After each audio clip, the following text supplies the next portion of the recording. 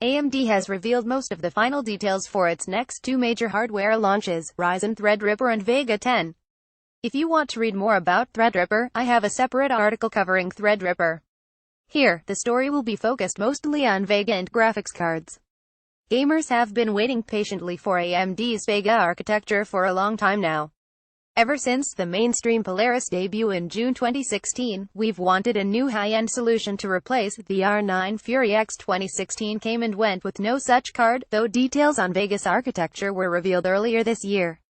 Now, finally, the Vega cards are nearly here. At its Tech Day held just before SIGGRAPH kicked off in Los Angeles, AMD revealed the full specs and pricing details for the various Vega models. The launch date is set for August 14th. Here's the overview of the cards, with Fiji and Polaris 10 included as points of reference. Be the numbers. The Vega 10 architecture will be a big step up from AMD's previous designs. While Vega has the same number of streaming processors as Fiji, 4096 cores, each core is clocked significantly higher. If nothing had changed besides the clock speed, Vega would be nearly 50% faster than Fiji. But it's not just about raw clock speed. AMD has put a lot of emphasis on Vega's high-bandwidth cache controller HBCC, which is designed to optimize memory accesses. At the same time, HBM2 delivers up to 8x the memory capacity per stack, giving Vega 8GB or 16GB of VRAM using 2 stacks, compared to 4GB using 4 stacks on Fiji. The combination should improve minimum frame rates and help to eliminate stutters while gaming, along with allowing for significantly larger assets. Other architectural improvements include packed FP16 math, potentially doubling the TFL OPS for workloads that don't need the increased precision of FP32. AMD worked with FutureMark for the 3D Mark Sierra demo to show what FP16 could allow, showing performance improvements of 2025% on average. With both AMD and NVIDIA hardware now supporting faster FP16 packed math, developers will want to pay attention to areas where they can use the feature to improve performance without affecting image quality.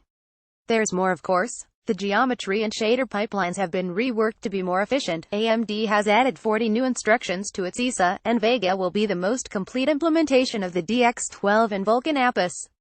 That includes things like conservative rasterization Tier 3 versus Tier 2 on NVIDIA's Pascal architecture. AMD spoke about its Draw Stream Binning Rasterizer DSBR, which has up to 5x the primitive discard rate of Fiji for geometry culling. The Vega also includes improved support for professional-level features, things like SRIOV for hardware virtualization. How much these improvements will matter down the road isn't clear, but giving developers additional flexibility is a good thing. Pricing of Vega looks good, with the base RX Vega 64 starting at $499. That price is for an air-cooled graphics card, with no extras, but AMD will also have a liquid-cooled variant available only as a limited edition. However, there will also be a lower-spec RX Vega 56 that starts at $399, with performance that shouldn't be too far off that of the Vega 64. There's a fourth consumer Vega card planned for the future, an Anally K variant. AMD told us it will have a new ultra-compact card later this year, though it hasn't revealed anything more than the initial plans at present. It should be similar in practice to the R9 Nano, lower clock speeds and a much lower TDP, all crammed into a card that's just long enough to fill an X16 PCIe slot. For Minich fans, this will be welcome news. Along with the individual cards, AMD has various packs available that include additional hardware and games.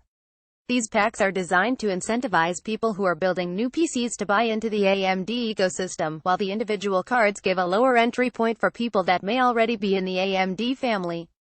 Each pack includes an RX Vega card, with a $200 discount on select FreeSync monitors. Only an ultra-wide Samsung CF791 34-inch was specified at present, though AMD says others should be available by the time Vega launches. There's also a $100 discount on a Ryzen CPU AM4 motherboard. Finally, there will be 2 free games the North American market should get: Prey and Wolfenstein 2, with a retail value of $120. The monitor and CPU motherboard discounts will only be at the time of purchase, so there's no going back and picking up a discounted display later. There are 3 different packs. The black packet will cost $599 and includes the air-cooled Vega 64. The aqua pack includes a liquid-cooled RX Vega 64 card and carries a $699 price tag, and the red pack includes an air-cooled RX Vega 56 card and costs $499. Note that the aqua pack is the only way to get the liquid-cooled RX Vega 64, at least for now. These packs include limited edition versions of the air-cooled RX Vega 64 that use a brushed aluminum shroud. Individual cards use the standard black shroud that were used from previous cards like the RX 480 reference design. The air-cooled cards use blowers, though AMD notes the Vega cards will use 30mm blower fans compared to 25mm fans on previous generation cards, which should improve noise levels and cooling. AMD's reference Vega cards will also use high-end isothermic vapor chambers to improve cooling performance. The AIB partners are of course free to create non-reference cards with open-air coolers and multiple fans.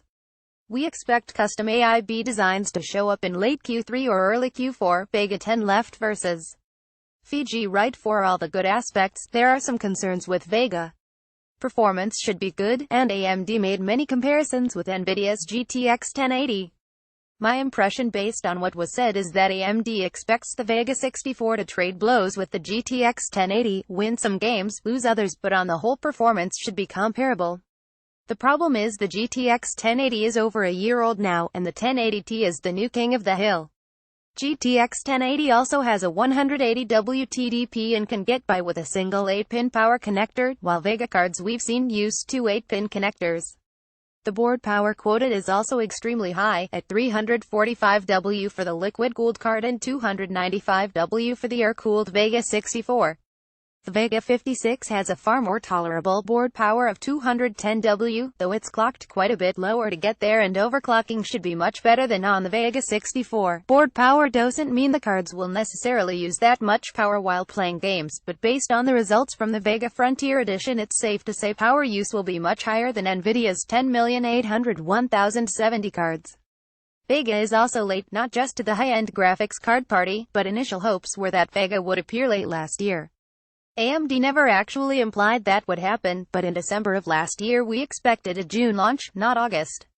While Vega may compete well against GTX 1080, NVIDIA is getting closer to releasing its Volta architecture. When Volta inevitably comes out, will it be a year before AMD can match it again? Let's hope not. Bundled games for Vega packs.